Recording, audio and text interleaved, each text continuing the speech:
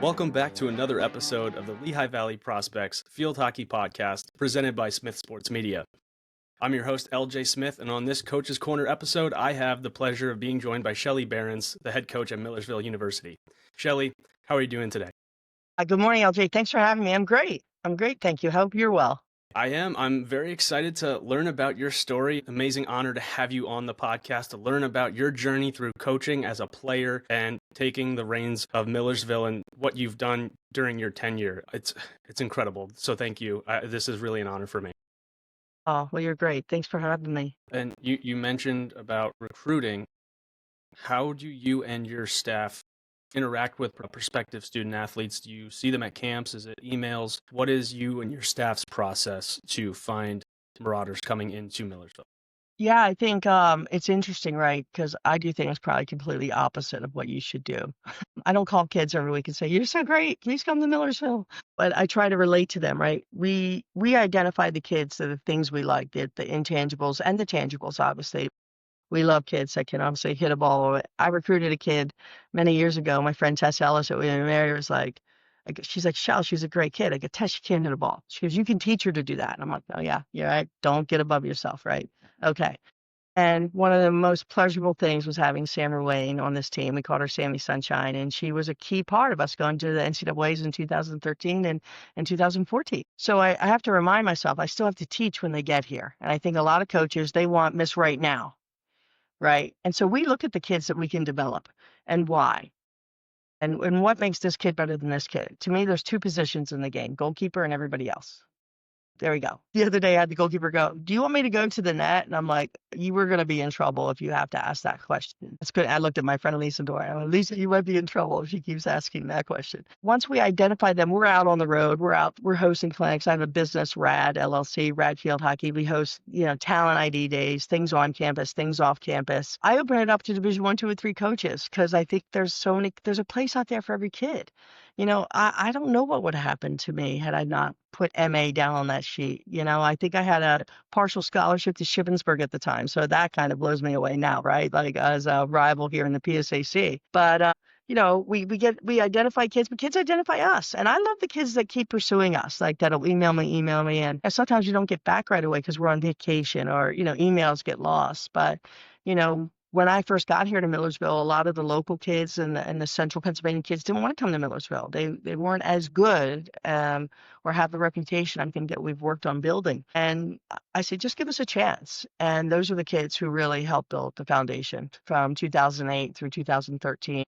One of the things I love is Katie Zapp, and I don't always remember everybody's married names, but when the team was inducted in the Hall of Fame, she gave praise to the seniors from the 2013 team for leading the way because we had gone to the NCAAs and lost in the semifinal.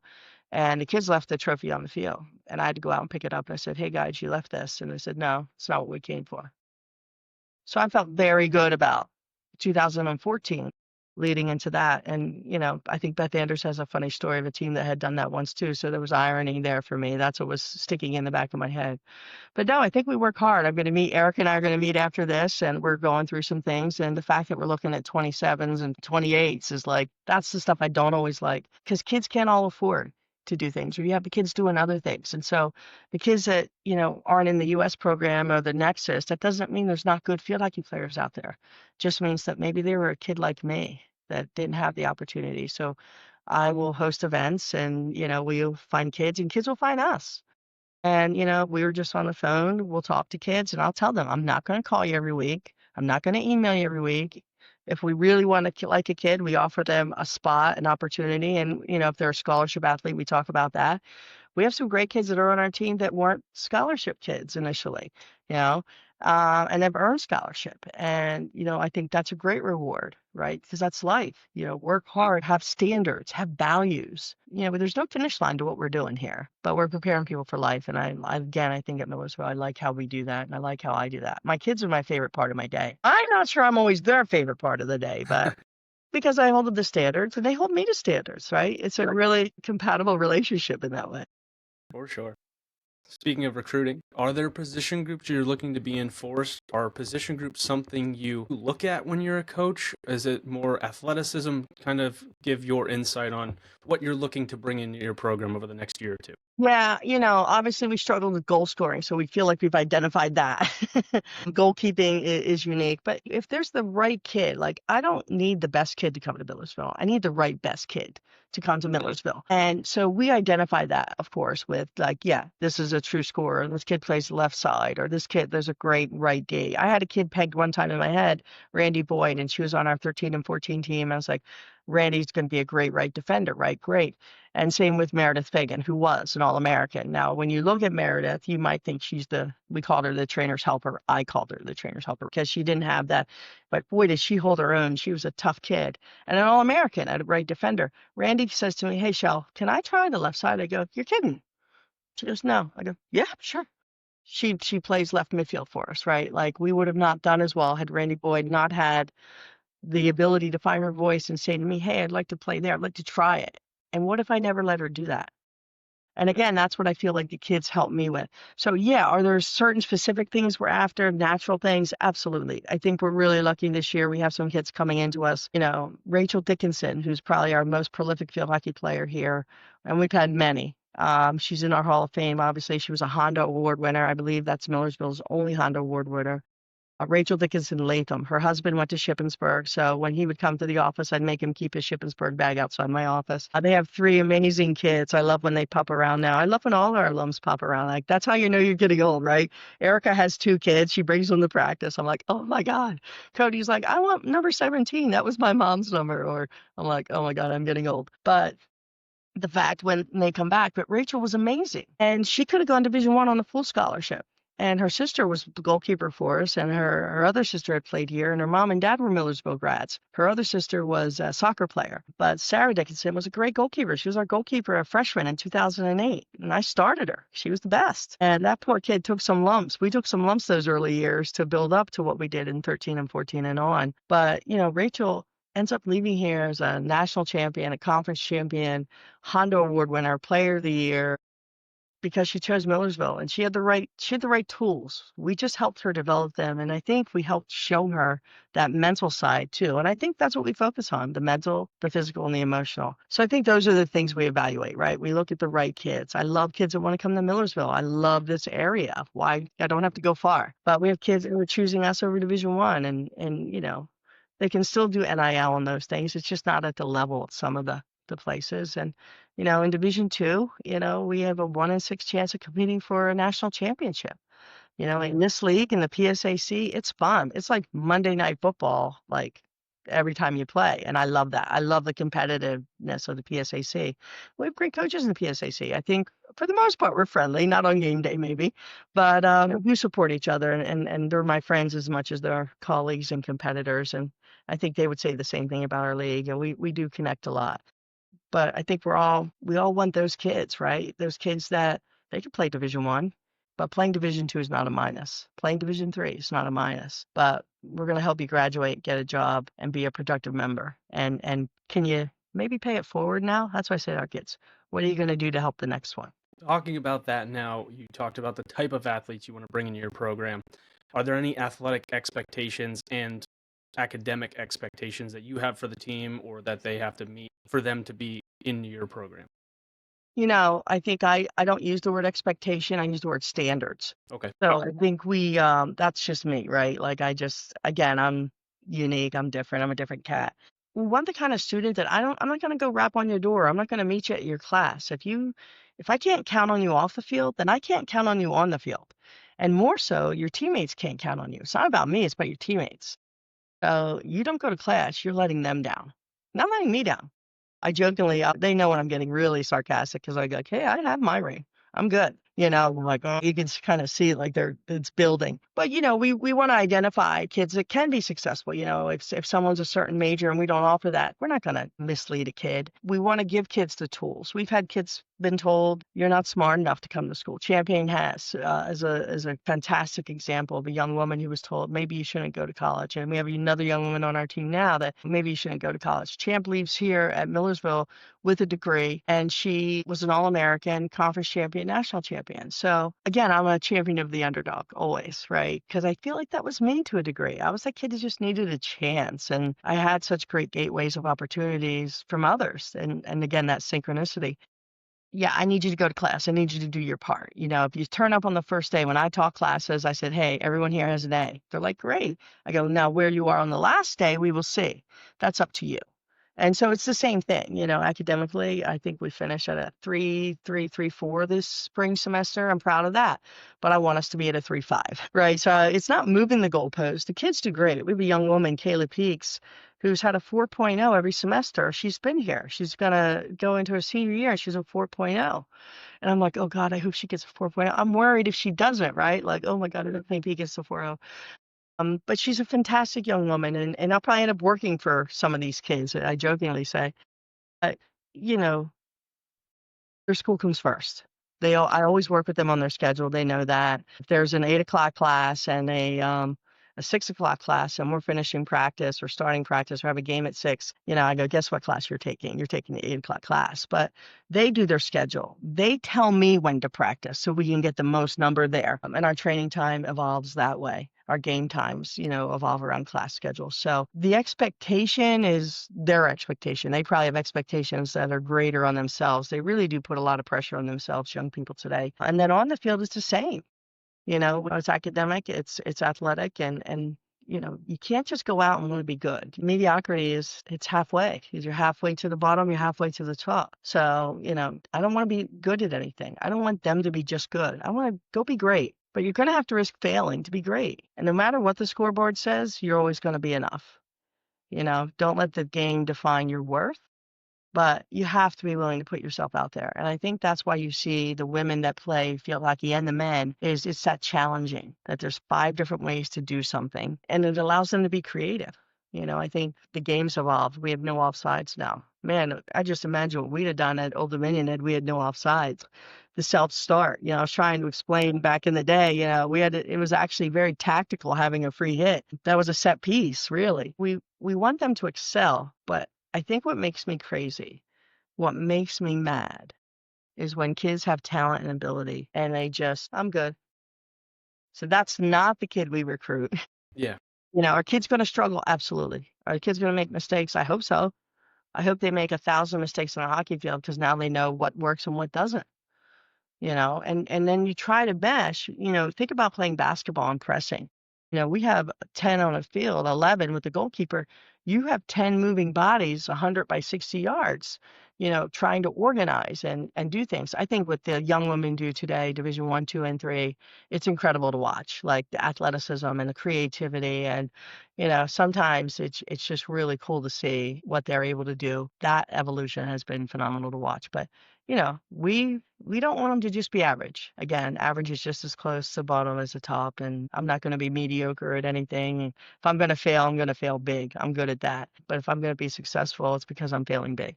I want my team to do that. And that kind of leads into the next point, because I feel like what you just said makes the most sense in going into this point of the values you look to instill into your team. When they come to Millersville, what are they going to leave with because of what they're learning from you, your coaching staff, the community that they're in, but also their teammates? I definitely can share. They are not the same person leaving as they are coming in. I've had parents send that to me. I had a mom even say that to me this year. She's like, who did you just send back to me? This girl's not the same. I see a more confident. I see a more outgoing. I see this. And I think, yeah, thank you. That's not me, though. I just help create and uphold an environment as Erica does, as our staff does, as our athletics department does, right? As our Millersville community does. You have to have the kids willing to want to grow in that environment and thrive. But it's hard because kids don't want to be vulnerable. Because what if I mess up? Well, what if you don't? It's like the caterpillar to the butterfly. Like sometimes you have to go through stuff. Sometimes you have to understand failing. You have to understand losing, to excel, to thrive, to grow.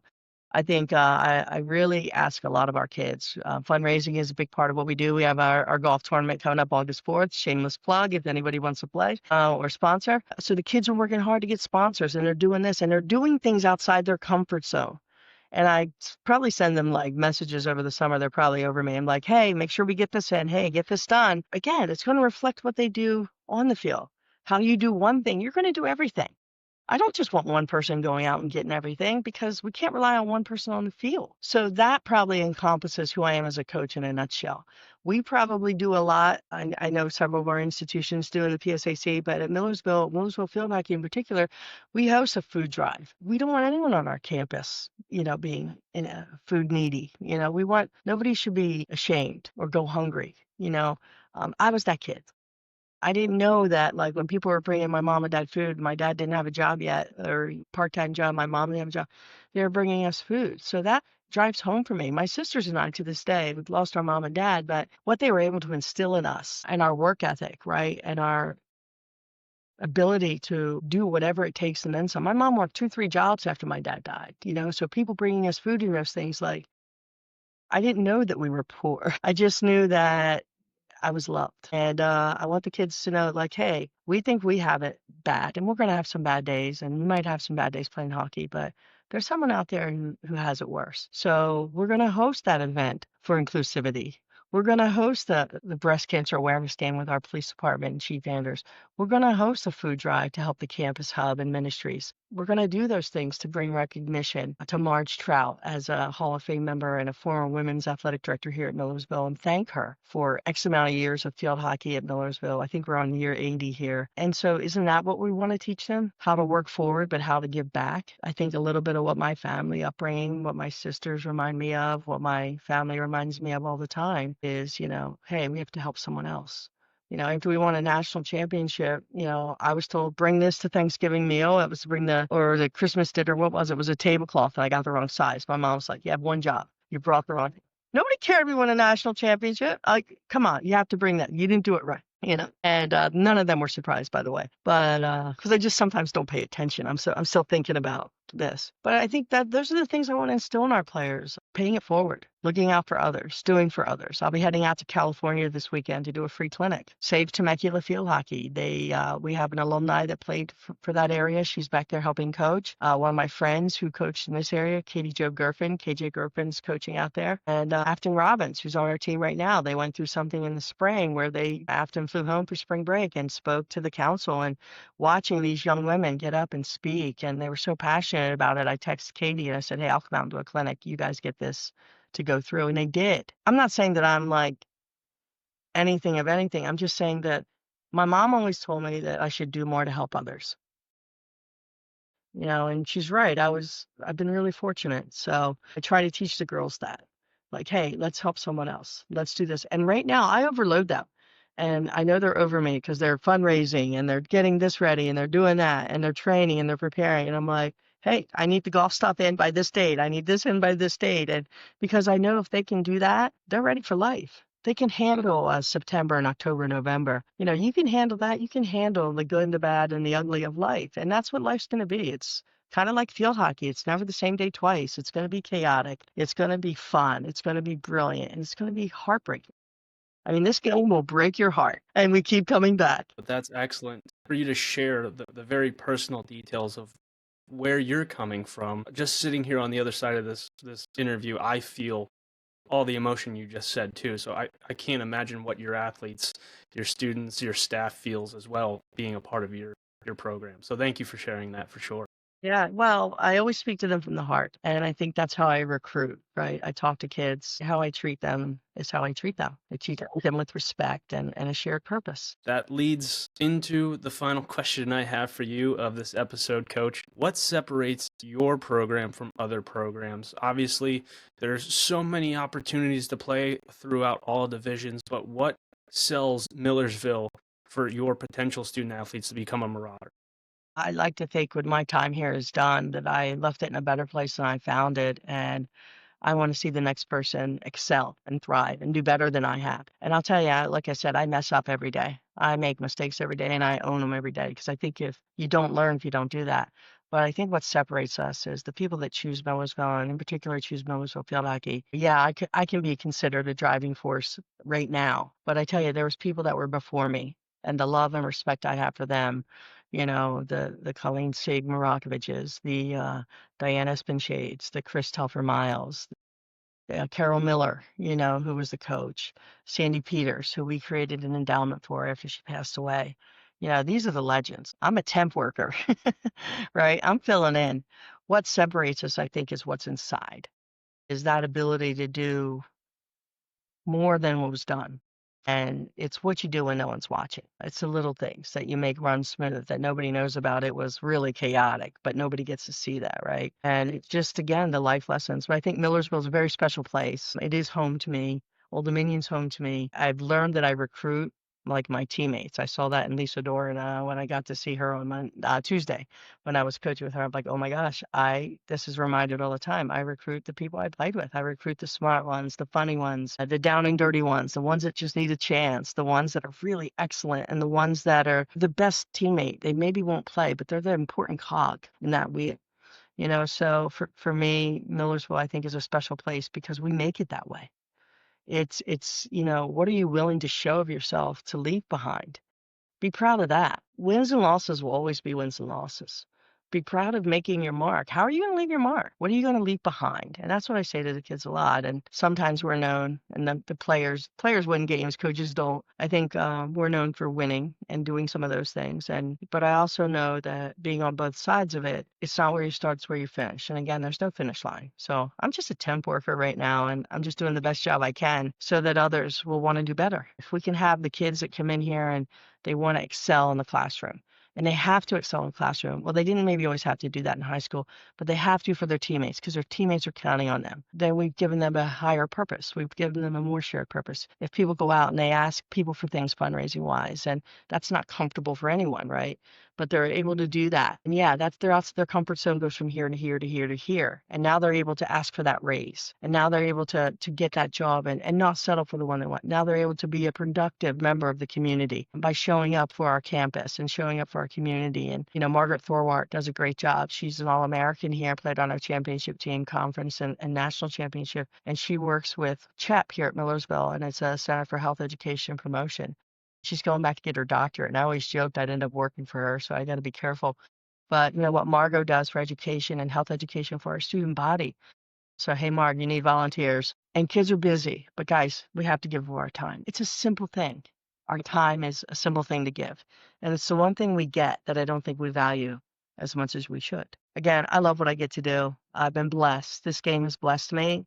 It's paid for my education twice. It's given me an education, and it's given me a life that I love and friends that I could never ask for any better friends that I have in Tess Ellis and Cindy Nash and teammates and former teammates, but they're never former teammates, right? I say to these young women, like, guys, this is always your home. And even Old Dominion, like, hey, when are you coming home? I think Beth said that once, and, I would do it all again in Old Dominion. I think there's days coaching I would do things differently. But the kids let me be me, and I let them be them. And together we get to be something special together. Excellent. Shelly Behrens, the head coach of Millersville University. Shelly, thank you so much for spending some time with me on this episode and really sharing your true self and what Millersville is to you, your experiences throughout your tenure at Millersville, but also everything encompassed from high school to college to now. Thank you for sharing everything. It's very meaningful to me to hear those stories, and I can't imagine how prideful your team is to be a part of Millersville. Well, I hope so. I know right now they're annoyed with me because I'm bugging her about fundraising. So I think someday, I think they all get it. I love connecting and reconnecting. And I have to tell you, this was great. I really appreciate the time. Thanks for doing what you do. Our sport is a very unique sport, and we're so lucky in this area. I mean, in the state of Pennsylvania, to have some great field hockey, but also to have some great people that play field hockey. So thanks for shining a light on our game and the people in it. And it was a pleasure to be here. So thank you for having me. Excellent. Shelly Behrens, the head coach of Millersville, thank you for your time and best of luck with your upcoming season. Thank you so much, LJ. Thank you for tuning in to the Lehigh Valley Prospects podcast presented by Smith Sports Media.